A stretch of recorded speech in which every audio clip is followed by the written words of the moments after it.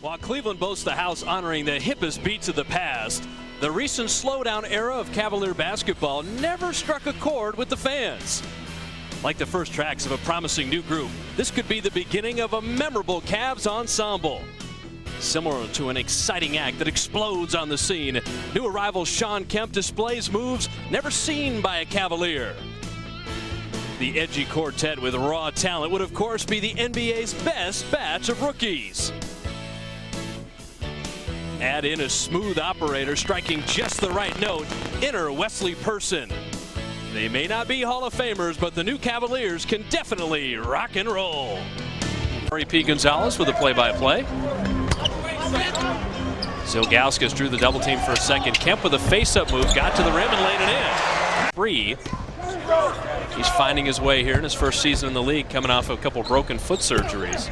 Kemp inside, able to lay it in with the left hand. So Kemp.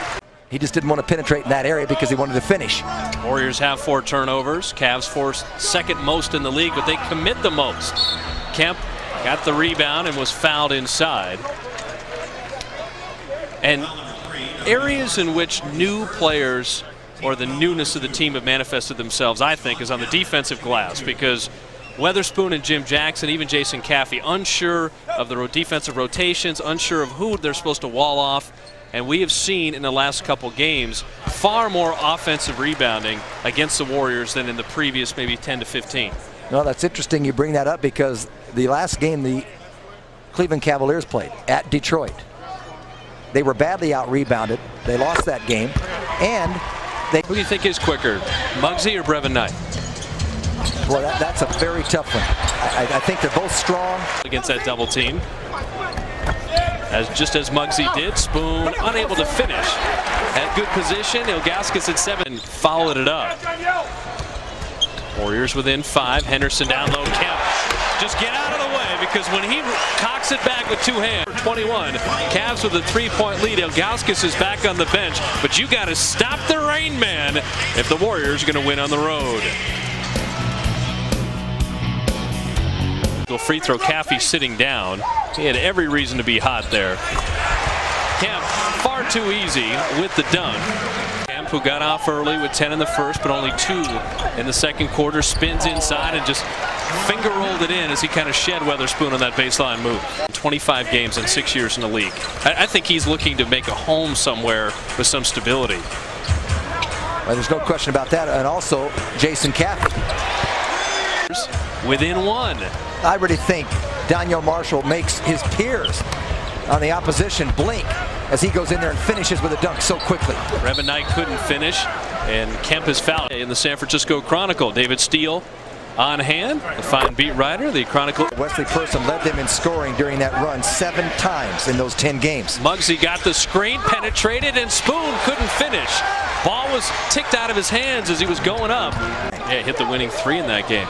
Spencer splitting the pair. Felton is a 50% foul shooter. The shot clock's already down to 3. Kemp traveled, no call, and hit the jumper. Double digits the last 2 years here. So the Cavs holding on their largest lead of the night, which is 7. Kemp leading all scorers, able to lay it in. Nice out-of-bounds play, called by Mike Fratello. Has been noted for that. In fact, they've set team records, even NBA record this last year, fewest number of points. Kemp, the baseline move. How special was that? Got around Felton, Spencer, and Shawn Kemp right now. Having a very necessary bucket. 7 seconds left in the quarter. Watch Sura go to the hoop. Bobby Sura dropped it off to Kemp. Look how easy that was. That was a great opportunity that just went astray a moment ago. Yeah, Dampier tried to save it. Cavs able to track it down. Carl Thomas hits a 3.